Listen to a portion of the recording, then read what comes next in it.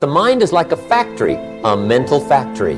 And whatever you think about all day long pours ingredients into this mental factory. Can you imagine dumping a barrel of trash into this mental factory every day and coming out with a rich, dynamic, positive life? It can't be done. You decide what goes into your mental factory. Don't let anybody just dump anything they want to in your mental factory, because you've got to live with the results. One definition of a winner is someone who never let losing stop them. Yes. You know, and the idea that a single loss in a competition is somehow a defeat is completely insane. First of all, well, let's say you're a hockey player and you're a good player and you lose the tournament. It's like, well, so what? You played the game. You're increasing your skills. It's like there's always next time. And one of the things that I've also been informing people about is the idea that life isn't a game. It's a series of games. And the right ethic is to be the winner of the series of games. And part of that means you have to learn how to be a good loser, because you're not going to win every single game. Growth mindset. No one is born smart. You have to exercise your brain in order to become smarter. Winners focus on possibilities and solutions rather than dwelling on problems and limitations. They maintain a positive attitude even in the face of adversity. They have a clear sense of purpose and direction. They are open to new ideas and willing to learn from their mistakes. They don't take their achievements for granted. Winning is not just a matter of luck or natural talent, but also of mindset and attitude. The way we think about things can shape our reality and the results we achieve.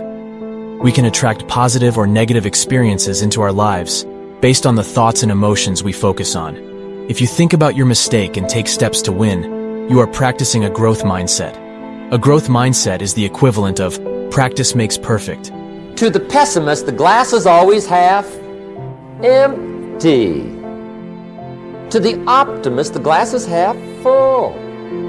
Why would the same measure affect people two different ways? Answer: it all depends on how you look at it. Our lives are mostly affected by the way we think things are, not the way they are. The way we think they are affects us most. There's a subject we don't have time to get into tonight called better thinking habits. One of the major things Shove taught me when I met him, he said, poor thinking habits keeps most people poor. Not poor working habits. Most people work hard, but they don't think hard. And Shove taught me that the mind is like a factory, a mental factory. And whatever you think about all day long pours ingredients into this mental factory. And that's what builds the economic, social, financial fabric of your life. He quoted me a Bible phrase that says, as you think, so you become. Regardless of the circumstances that might have led to my defeat, like even if there were errors on the part of the referee, this is no time to whine about it. This is a time to take stock of what I did wrong so that I could improve it into the future. And that's the right attitude. If things aren't working out, it's my fault. Your best strategic position is, how am I insufficient and how can I rectify that? That's what you've got. And the thing is, you are insufficient and you could rectify it. Both of those are within your grasp. Ask and it shall be given you. Seek and ye shall find. Knock and it shall be opened unto you. For everyone that asketh receiveth, and he that seeketh findeth, and to him that knocketh it shall be opened. We always back ourselves to win. You've just got to get out there and be positive. Our mindset, beliefs, and values play a significant role in achieving success. By having a winning philosophy can help you to maximize your potential and achieve success on your own terms. When you alter your beliefs and focus on self-development, self-motivation, and responsibility, you will soon find that change is rewarding and the value in having the mindset of a champion. It takes the right attitude to become successful, because most of the good things in life don't come easy.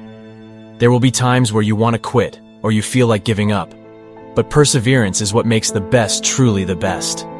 Major determining factor in how your life works out. Philosophy.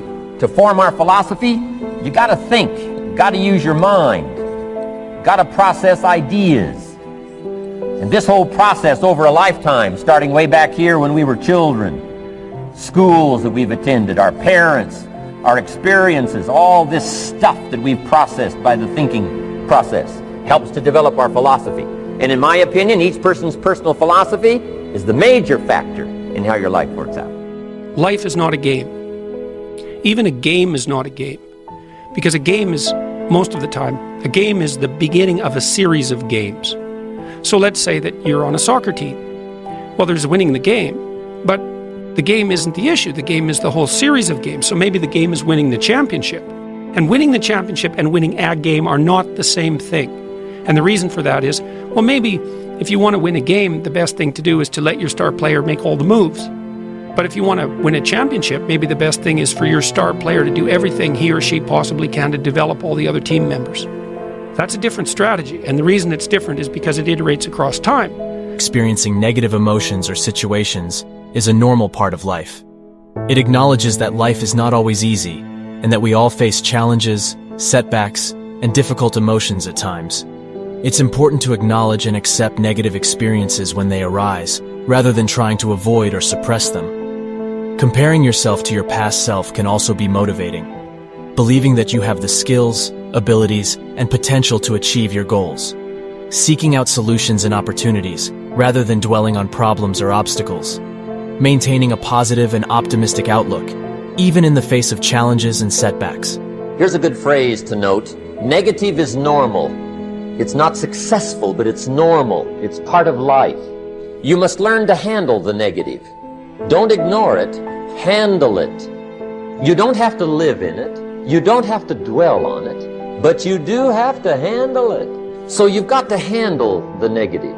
And there is a war on. The minute you were born, you got involved in the war between good and evil, between darkness and light, between negative and positive, between evil and good, between tyranny and democracy, between weeds and human activity. I mean, the war is on. If democracy sleeps, guess who never sleeps?